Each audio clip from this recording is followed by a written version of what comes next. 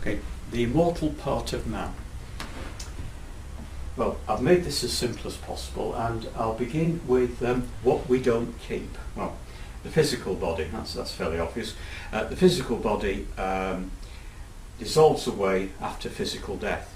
However, personality is not quite as simple. That survives physical death, but does dissolve in the after-death state known as karma loka, the spirit realm, and eventually man experiences the second death when the essence of the life lived is taken into what's known as devachan, a state of bliss. Now, the personality has more or less dissolved away by the time man enters devachan, but an essence of it does exist through devachan, but does not survive to the next life, to rebirth. So effectively the personality and the physical body are lost, and you get new ones the next time round. Now, the immortal part of man have the atma, or the atmic principle. This is the divine spark in everybody, a piece of the supreme spirit, and we all have this. Now, the buddhi principle, also known as the discriminating principle, is the vehicle for the divine spark.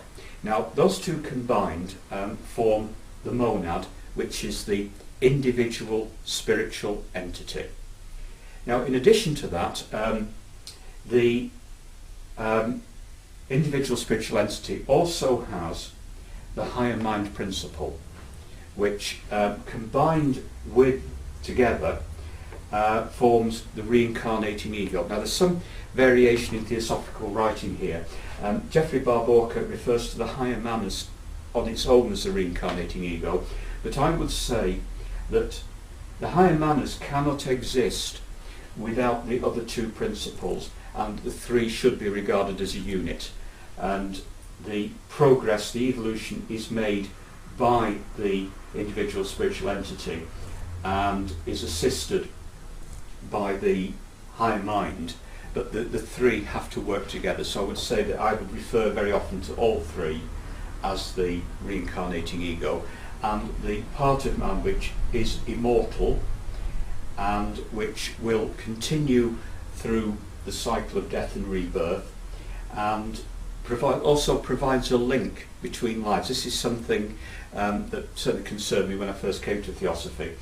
What survives? What is the link between life? What survives physical death to the next life? And the answer to that is contained in the concept of the reincarnating ego.